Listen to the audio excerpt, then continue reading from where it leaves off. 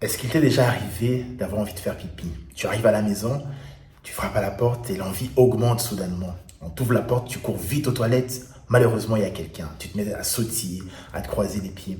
Et lorsque la personne sort, tu rentres rapidement aux toilettes et tout d'un coup, tu es soulagé. Aujourd'hui, nous allons parler des 5 habitudes qui vous garderont pauvre.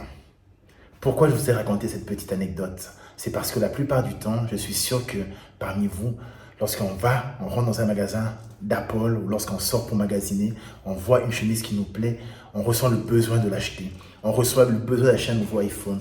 On ressent le besoin d'acheter une nouvelle voiture lorsqu'on voit nos amis avec une belle Mercedes. On ressent le besoin de s'acheter un nouveau sac, des nouvelles chaussures, même si on n'en a pas besoin. Eh bien, croyez-moi, vivre au-delà de ses moyens vous maintiendra pauvre, te maintiendra pauvre. Donc, il faut tout faire pour essayer de vivre selon ses moyens et je dirais même plus encore, vivre en dessous de ses moyens. Donc, la première mauvaise habitude est vivre au-dessus de ses moyens. Donc, il faut tout faire pour pouvoir essayer de contrôler ses pulsions, essayer de revoir déjà, savoir c'est quoi l'inventaire, qu'est-ce qu'on gagne comme revenu. Beaucoup de gens ne savent même pas combien est-ce qu'ils dépensent, par exemple, à chaque mois. Le prix de leur loyer, le prix de leur épicerie, le prix de ce qu'ils dépensent en restaurant. Souvent, on ne le prend pas en note, on ne sait pas où va notre argent. Et on se rend compte que des fois, on a l'impression qu'on a perdu de l'argent, alors que c'est tout simplement qu'on a dépensé notre argent et qu'on n'a pas comptabilisé. Donc, vivre en dessous de ses moyens est très, très important. C'est la règle de base, je pense, au niveau financier pour pouvoir atteindre son indépendance financière. Et croyez-moi, si vous continuez à vivre au-dessus de vos moyens, c'est la méthode la plus rapide pour vous maintenir dans la pauvreté la plus stricte. Ça ne veut pas dire que parce qu'on fait plus d'argent, qu'on vit selon ses moyens. Il y a beaucoup de personnes qui font des millions de dollars, qui font beaucoup d'argent et qui vivent malgré cela au-dessus de leurs moyens. Ces personnes-là ne pourront pas atteindre une indépendance financière. J'aime bien la citation de Dave Ramsey qui dit que souvent on va acheter des choses dont on n'a pas besoin pour impressionner des personnes que nous n'aimons pas avec l'argent que nous n'avons pas. Donc il faut faire attention, il faut vivre en dessous de ses moyens et prendre la balance bien sûr pour l'épargner. La deuxième habitude qui vous maintiendra pauvre, selon moi, c'est de ne pas arriver assez grand. Le seul endroit où vous pouvez, je pense, vivre tout ce que vous voulez, c'est dans vos rêves. Achetez-vous un yacht, achetez-vous un jet, achetez-vous un château, achetez-vous tout ce que vous voulez dans vos rêves. C'est important de pouvoir rêver pour vous donner cette capacité de générer plus de revenus éventuellement dans le futur. Souvent, ce qu'on rêve, je me rappelle encore tout petit, je rêvais d'avoir des immeubles, je rêvais d'avoir une belle voiture, je rêvais d'avoir une carrière. Et tout cela, mystérieusement, s'est réalisé. Pourquoi est-ce qu'on s'empêche de rêver lorsqu'on grandit? Je ne le sais pas. J'avais un jeune garçon, déjà dès l'âge de 6 ans, 7 ans, il l'exigeait, il aimait le caviar, il le voyait dans ses vidéos, dans tout ce qu'il regardait. Et croyez-moi quoi, un jour, il a eu du caviar sur sa table. Il faut se permettre de rêver. Il faut se permettre de rêver grand et des fois, ces rêves se réalisent.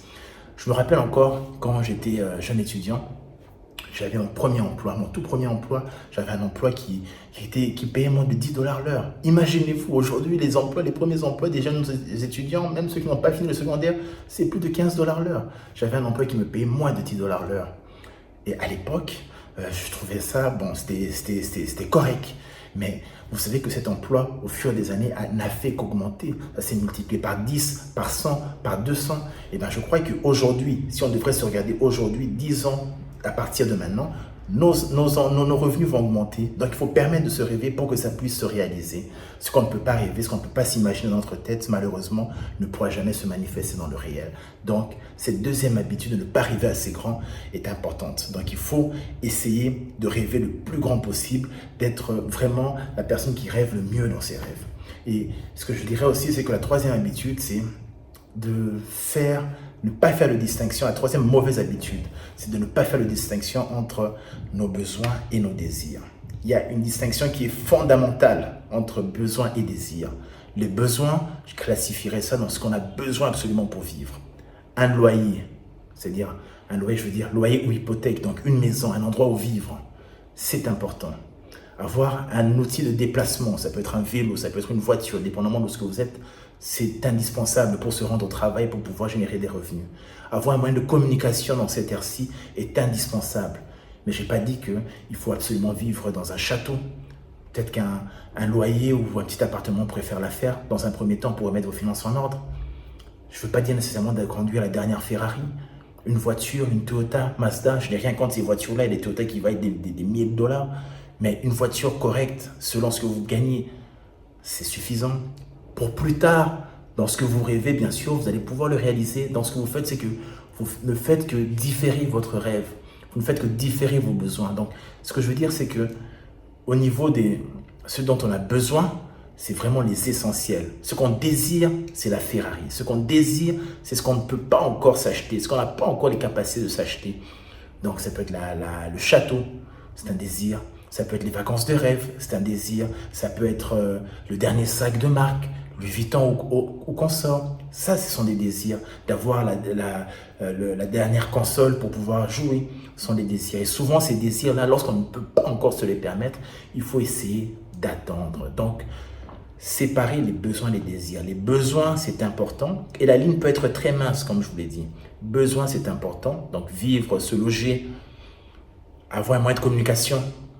Le désir, c'est le dernier sac qu'on ne peut pas s'acheter encore, la dernière voiture de luxe, la Rolls-Royce, la dernière montre.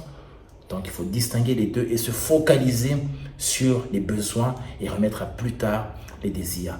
Il y a une étude de Stanford University, c'est une étude qu'on appelle étude bonbon ou marshmallow. C'est qu'on a mis un groupe d'enfants de 6 ans dans une salle, c'était plusieurs groupes, et on leur a donné un bonbon. On leur a dit, si vous voulez avoir le bonbon, tout de suite, vous pouvez le prendre. Mais si vous attendez 15 minutes après, vous aurez 2 bonbons au lieu de 1. Donc, il y en a bien sûr des enfants qui se sont rués directement sur le bonbon, ils l'ont mangé tout de suite. Mais on a remarqué que 30% d'enfants avaient attendu les 15 minutes et lorsqu'on est venu les voir, on a pu leur remettre le deuxième bonbon, donc les 2 bonbons en même temps. On a repris ce même groupe-là une vingtaine, trentaine d'années plus tard. Et là, on s'est rendu compte que les personnes qui avaient attendu, écoutez bien, ceux qui avaient attendu, les 30% qui avaient attendu les 15 minutes pour avoir les 2 bonbons, réussissent mieux financièrement. Qu'est-ce que cela veut dire ? Une des plus grandes leçons, c'est que si on attend juste un peu, ça peut être une année, ça peut être 2 ans, qu'on diffère les achats que l'on ne peut pas s'acheter tout de suite, on est à même de mieux survivre, de mieux atteindre notre indépendance financière plus rapidement. Donc différer, des fois on n'a pas besoin de dire non. Si votre envie c'est réellement d'avoir une paire de Nike ou d'avoir une Rolls-Royce ou d'avoir un jet, attendez d'avoir les besoins, travaillez sur vos revenus. Et lorsque vous atteindrez ce moment-là, vous l'achèterez cette montre-là de luxe, vous achèterez cette maison de rêve, vous ferez le voyage que vous voulez faire et là, ça sera justifié, et ça sera une belle récompense de votre réussite financière. Alors, je dirais, la troisième, c'est de ne pas distinguer les besoins des désirs. La quatrième, ce sont les cartes de crédit. J'aime la citation de Jay-Z qui dit qu'il y en a marre de vivre une vie de riche et mourir pauvre dans une de ses chansons. Alors, les cartes de crédit, c'est ce que ça nous entraîne à faire. Et surtout, ça se relie un peu avec les désirs et les besoins. La carte de crédit, si vous l'utilisez à bon escient, et c'est très difficile de l'utiliser et puis de repayer toute la carte de crédit à chaque fin du mois, mais si vous l'utilisez bien, ça va. Parce que souvent, on va vous attirer avec des récompenses lorsque vous utilisez votre carte de crédit, des diminutions de prix sur certains produits lorsque vous utilisez votre carte de crédit. Mais souvent, on va l'utiliser. Ceux qui créent des cartes de crédit sont là pour faire de l'argent. Donc, c'est sûr qu'ils savent, ils ont utilisé nos comportements. Ils connaissent mieux comment est-ce que l'être humain fonctionne que nous-mêmes, nous le savons. Donc, il faut faire très attention avec les cartes de crédit. Souvent, on va les utiliser. Des fois, les cartes de crédit vont même vous appeler pour vous dire que vous êtes éligible à une augmentation. Écoutez bien, éligible. Donc, éligible, ça veut dire que vous pouvez augmenter votre carte de crédit sans que vous l'ayez demandé. Mais ils savent que lorsque vous l'aurez augmenté, vous allez vous acheter ce dernier sac-là, le dernier sac que vous voulez acheter absolument, peut-être dans une année, 2 ans, avec la carte de crédit, avec cette augmentation-là, vous allez pouvoir l'avoir. Mais vous ne pourrez pas la repayer. Donc, on revient encore à ma première habitude, vous allez vivre au-dessus de vos moyens. Donc, avoir une carte de crédit qu'on n'utilise pas malheureusement, ça nous amène à vivre au-dessus de nos moyens. Et c'est vraiment les cartes de crédit, c'est à bannir, surtout si vous avez des dépendances, si vous avez une difficulté à distinguer le désir des besoins. Et la 5e mauvaise habitude, la dernière et non la moindre, c'est l'épargne. Épargner une mauvaise habitude, je pense que oui.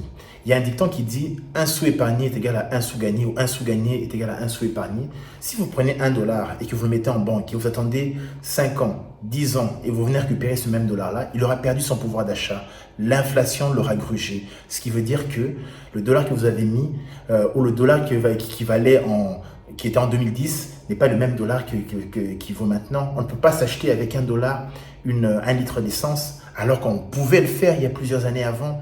Donc, il ne faut pas épargner, il faut investir. Il faut investir dans des véhicules, dans des placements qui ont des intérêts qui sont au-delà de l'inflation. L'inflation, c'est tout simplement la perte de la valeur de la monnaie. Donc, le dollar qu'on pouvait utiliser avant pour acheter un litre d'essence, aujourd'hui, et peut-être dans 5 ans, 10 ans, ça vaudra $2. Ça sera $2 que ça coûtera d'acheter un litre d'essence. Donc, il faut épargner, il faut investir plutôt, excusez-moi, pour pouvoir aller chercher un intérêt au-delà de l'inflation. Investir dans quoi? Il y a plusieurs véhicules d'investissement. Il y a la bourse, pour ceux qui ne savent pas, il y a des gens qui peuvent vous aider. Il y a des gens qui vont investir dans l'immobilier. Il y a des gens qui vont investir dans leur propre entreprise. Investir même en soi-même, dans la formation. Ce sont des méthodes d'investissement qui valent beaucoup plus que juste épargner son argent. Donc, si vous voulez atteindre votre indépendance financière, il est important de s'éduquer financièrement.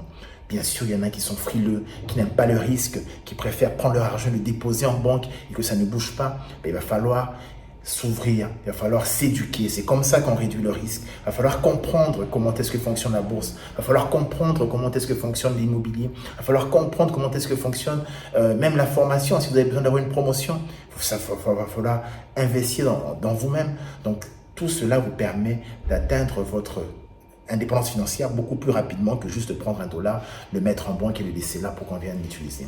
Donc, c'était ça, les 5 habitudes qui vous maintiendront pauvre. Si vous avez des suggestions, si vous avez des commentaires, si vous avez d'autres idées, bien sûr, ce n'est pas que ces 5-là. S'il y avait d'autres choses que vous pouvez partager avec nous, n'hésitez pas de le faire en commentaire. Et je vous dis à très bientôt. Si vous voulez vivre heureux, vivre libre financièrement. Ciao!